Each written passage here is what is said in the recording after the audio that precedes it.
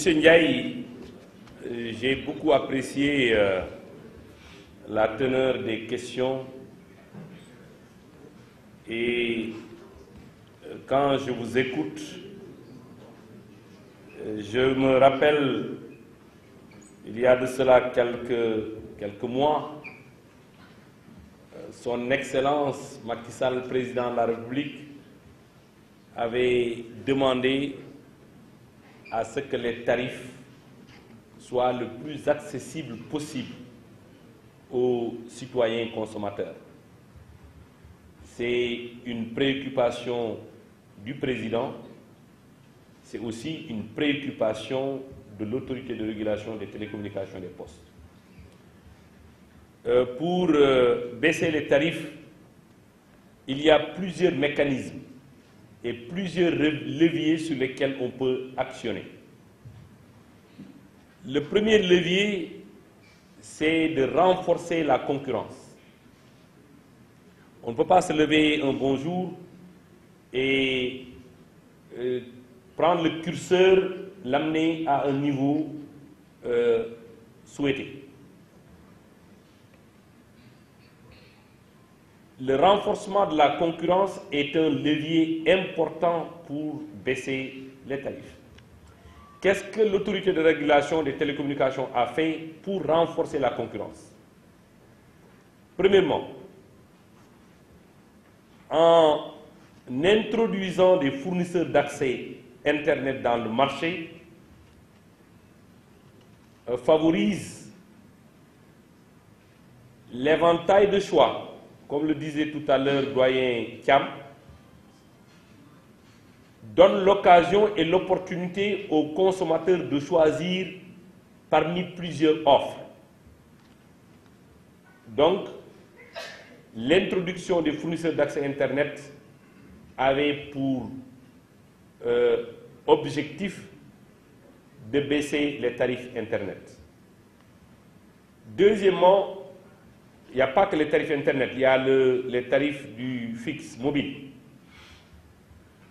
J'ai parlé tout à l'heure de l'attribution de 3 licences MVNO qui vont démarrer incessamment et qui vont, avec leur arrivée, permettre à un citoyen de choisir entre la SIM des 3 opérateurs qui ont des réseaux et la SIM des 2 ou des 3 opérateurs virtuels mobiles. L'autre élément, nous avions pris l'engagement, je pense à une de nos rencontres, que nous allons développer l'observatoire des tarifs. C'est ce que nous avons fait. Je vous invite à aller consulter le site de la RTP où vous verrez l'ensemble des tarifs, aussi bien fixes, mobiles, Internet, sont déclinés par opérateur.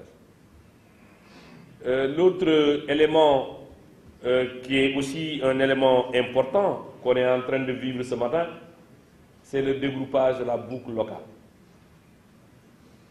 Ça m'amène à faire la transition pour apporter des explications, c'est quoi le dégroupage de la boucle locale.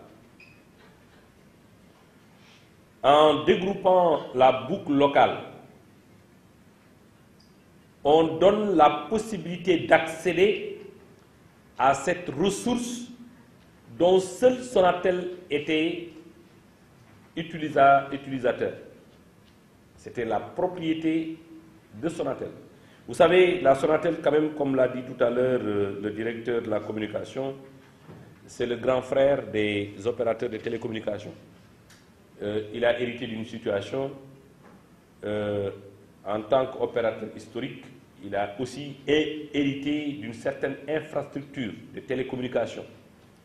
L'infrastructure de télécommunications, ce n'est pas quelque chose qu'on met du jour au lendemain, notamment en ce qui concerne la partie filaire. Ne serait-ce que les génies civils, les poses de câbles, ça prend énormément de temps et ça mobilise énormément de ressources financières pour les mettre en place. C'est la raison pour laquelle, au fil des années, la Sonatel avait construit son réseau filaire. Et ce réseau aujourd'hui fait partie du patrimoine de la Sonatel. Mais nous, en tant que régulateurs, nous avons la possibilité de dire à Sonatel, compte tenu de ce que je disais tout à l'heure par rapport à la réplicabilité de cette infrastructure-là, les difficultés de reproduire cette infrastructure, nous disons à Sonatel, attention, les opérateurs ne peuvent pas faire du filaire parce que le temps, les investissements ne leur permettent pas de le faire. Ceux qui viennent d'arriver ne peuvent pas aujourd'hui passer à travers toutes les rues de Dakar pour creuser et poser des paires de cuivre. Pendant ce temps, des paires de cuivre existent et sont posées. Il faut donc trouver des mécanismes pour partager ces paires de cuivre qui sont bien sûr la propriété de Sonatel. C'est quoi? C'est le dégroupage de la boucle locale. La boucle locale, c'est quoi? C'est quoi le dégroupage? J'ai parlé tantôt, maintenant je viens à Cambelgien, j'ai parlé tantôt de dégroupage partiel et de dégroupage total. À côté des tarifs de dégroupage, il y a ce qu'on appelle les tarifs de colocalisation. Ceux qui vont utiliser les paires de cuivres dans les répartiteurs de Sonatel, qui sont dans des locaux de Sonatel, s'ils veulent mettre, je vais ajouter une couche à la complexité parce que je parlais de DSLAM, vous allez me dire c'est quoi le DSLAM, mais c'est la technique.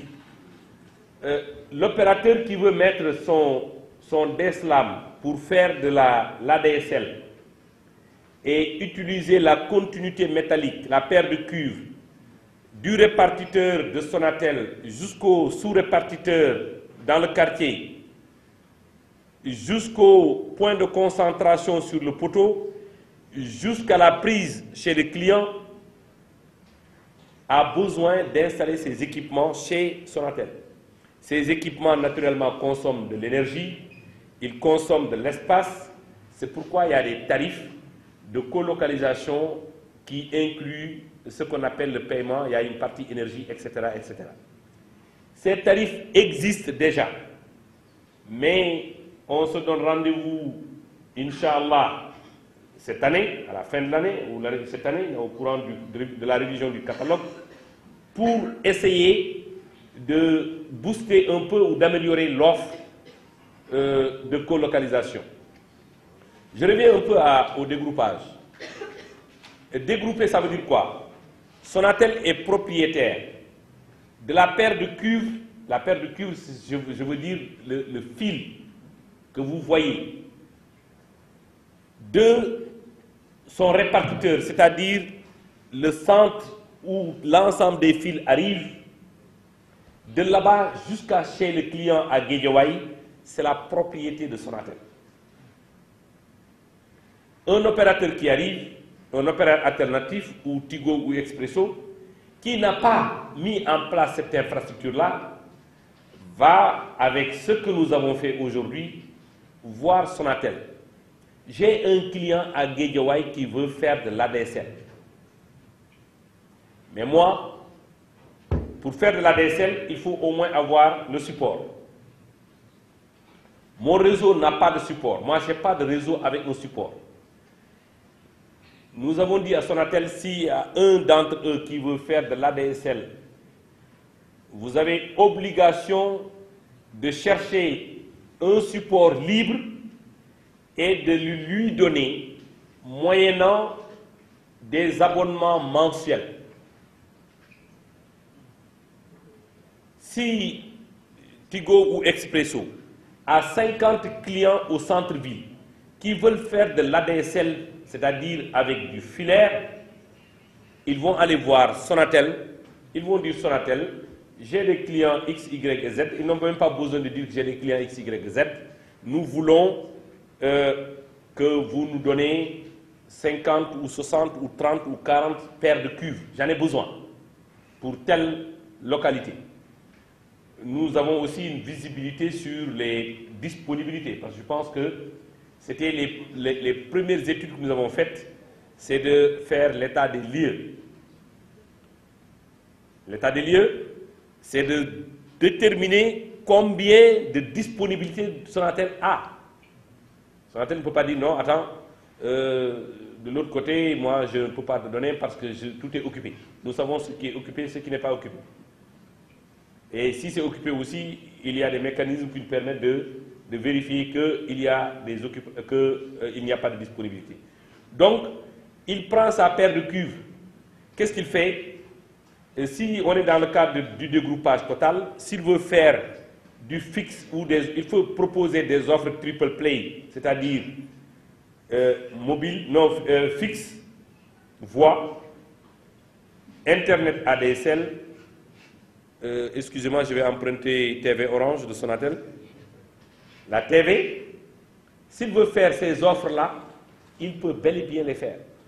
Aujourd'hui, à partir d'aujourd'hui, un opérateur qui veut faire comme Sonatel, TV Orange, il peut bel et bien le faire et le mettre à la disposition des clients. Donc on aura deux offres ou trois offres TV. L'offre de X, l'offre de Y, l'offre de Z. Le client choisit naturellement ce qui l'arrange le mieux. C'est le levier de la concurrence. C'est ça qui nous permet de baisser les coûts. C'est ça qui nous permet de rendre le secteur beaucoup plus dynamique. J'ai omis tout à l'heure de parler de quand on vérifie, quand on veut baisser les tarifs, il faut au moins savoir quels sont les tarifs, quels sont les prix qui sont pratiqués. J'avais dit ici que nous avons acquis un outil qui s'appelle Tarif Tracker.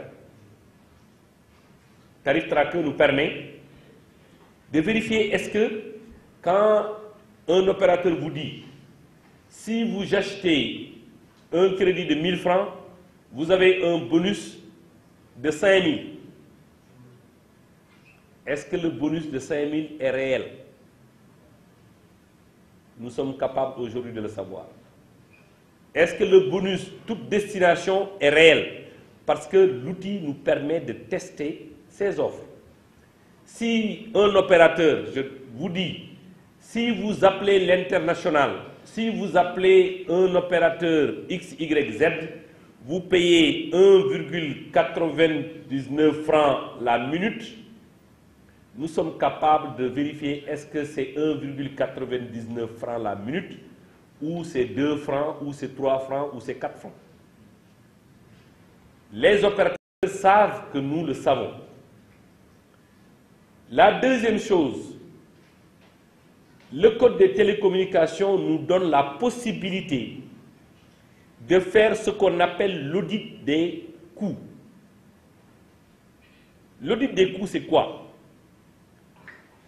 Quand vous avez un coût, il y a des éléments de la comptabilité analytique qui participent à l'élaboration ou à la constitution de ce coût. Si on dit que la minute coûte 1,5 francs, il faut qu'on sache comment on est arrivé à déterminer que la minute coûte 1,5 francs.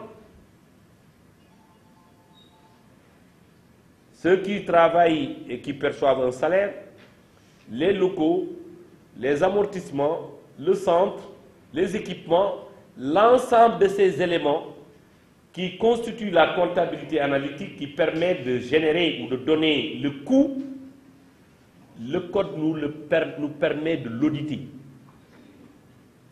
Si on se rend compte qu'il y a des coûts superficiels et qui impactent le coût final, nous disons attention, ça il faut l'enlever, ça ne fait pas partie du coût.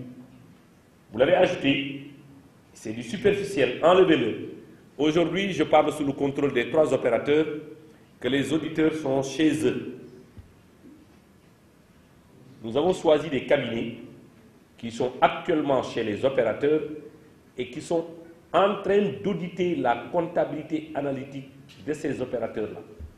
Voilà un peu des éléments qui nous permettent de vérifier, parce qu'en fait, il faut aussi qu'on le dise, le régulateur ne fixe que les tarifs de gros.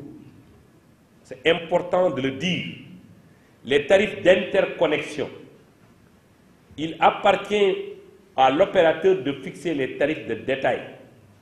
Mais nous avons la lourde charge de vérifier la conformité de ces tarifs de détail. L'autre élément, c'est que en 2014, vous savez, le tarif final, le coût final d'une communication entre deux clients qui sont chez deux opérateurs différents, il y a le coût de la communication interne en on-net, il y a le coût de la communication off-net, ce qui concerne le schéma qui intéresse la terminaison vers l'autre opérateur. C'est pourquoi il y a ce qu'on appelle l'interconnexion. Quand un opérateur, je donne l'exemple, un client de Sonatel appelle un client de Tigo. Tigo est tenu d'acheminer cet appel-là jusqu'à son client. Mais qui perçoit le coût de la communication? C'est Sonatel. Tigo lui dit attention, vous percevez un coût de communication dans laquelle j'ai participé à l'établissement. Il faut que vous me donnez une partie. C'est ce qu'on appelle les tarifs d'interconnexion. Quand moi je suis arrivé, ces tarifs-là, je les ai trouvés à 23,4 francs la minute. On l'a ramené à 15 francs. On l'a ramené à 12 francs. On l'a ramené avec l'asymétrie à 9 et 11 francs. Quel était l'objectif recherché? Quand le coût de la communication off-net est une composition du coût de traversée du réseau de l'opérateur et du coût de la terminaison chez l'autre opérateur, en baissant le coût chez l'autre opérateur, on devait s'attendre à ce que globalement le coût baisse pour le client final. Mais malheureusement, ce n'est pas le cas. On est en train de baisser et on va baisser jusqu'à ce que les opérateurs soient raisonnables. On va continuer à baisser ces coûts parce que la finalité, c'est que le coût du client final baisse. L'interconnexion, c'est ce que nous régulons. Le tarif de détail, c'est du ressort de l'opérateur. Il faut aussi que je le dise, les tarifs, ça, il faut faire une bonne communication là-dessus. La bonne communication là-dessus consiste à dire, il faut ôter de la tête des Sénégalais que quand un client Sonatel appelle un client Tigo ou un client Expresso, il paye plus cher que quand un client Sonatel appelle un client Sonatel. Et vice-versa. Aujourd'hui, nous avons réussi à avoir une symétrie des appels on-net et off-net. C'est-à-dire, quand vous appelez à l'intérieur du réseau Orange, vous payez le même tarif. Quand vous appelez, vous êtes client de Orange, vous appelez vers Tigo, vers Expresso, vous payez le même tarif comme si vous appelez dans le même réseau Orange. Quand vous appelez, quand un client de Tigo appelle un client de Tigo, il paye la même chose. Quand un client de Tigo appelle un client de Sonatel, il paye la même chose. Il faut qu'on arrête les multi-SIM. Les gens qui se baladent avec 3 portables là, ou 4. Parfois, c'était cette psychose, hein. Quand je veux appeler Sonatel, je prends le téléphone de Sonatel, j'appelle Sonatel. Quand je veux appeler un client de Tigo, je prends mon téléphone de Tigo, j'appelle le client de Tigo. Ça, c'est terminé. La symétrie, elle est parfaite pour les communications on-net que pour les communications off-net. Voilà, la question m'a beaucoup intéressé, M. Ndiaye. C'est pourquoi j'ai pris la précaution de donner les explications pour que vous compreniez quels sont les mécanismes sur lesquels nous sommes en train de travailler aujourd'hui sur instruction de son Excellence Macky Sall, Président de la République, pour que les tarifs soient abordables. pour nos concitoyens. On peut parler du free roaming, si vous voulez. Le free roaming, depuis qu'on l'a mis en place dans certains pays, et d'habitude, quand vous partez au Mali et que vous n'informez pas votre ami, quand votre ami vous appelle et que vous décrochez, vous payez. Et depuis l'entrée en vigueur du free roaming, quand quelqu'un ne sait pas que vous êtes en dehors des frontières et que vous êtes dans un pays signataire du free roaming, s'il vous appelle, vous ne payez pas. Vous payez 0 franc. Or, vous êtes avec quelqu'un, vous voyagez le soir, vous allez au Mali. Il vous appelle, Sonatel achemine l'appel au Mali à travers le roaming. Mais Sonatel dit attention, comme j'ai, monsieur Mbeng, m'excusez de prendre uniquement l'exemple sur Sonatel. Sonatel vous dit attention, comme l'autre ne sait pas que vous êtes au Mali, je vous ai aidé à recevoir votre appel au Mali, il va falloir que vous me payiez. Et ça, depuis l'entrée en vigueur du free roaming, vous ne payez pas. Mieux, quand vous êtes là-bas et que vous appelez un client à partir de votre puce Sonatel ou Orange ou Tigo, vous êtes considéré comme quelqu'un qui fait une communication dans ce pays, dans son pays d'origine. C'est-à-dire, vous êtes facturé au tarif de l'opérateur. C'est-à-dire, vous n'effectuez pas une communication internationale comme c'est le cas, comme c'était le cas. Donc, vous êtes facturé au tarif local. Je donne juste un autre exemple pour que vous compreniez.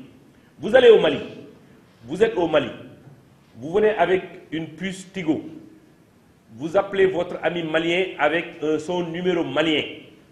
Normalement, c'est une communication internationale, mais ce n'est pas une communication internationale. Vous payez les tarifs locaux. C'est comme si vous étiez dans ce qu'on appelle le One Area Network. Voilà un peu les leviers qu'on est en train d'utiliser pour permettre à nos concitoyens, que ce soit africains ou sénégalais, pour qu'ils puissent avoir la possibilité de communiquer sans pour autant trop gréver le budget des télécommunications. Merci.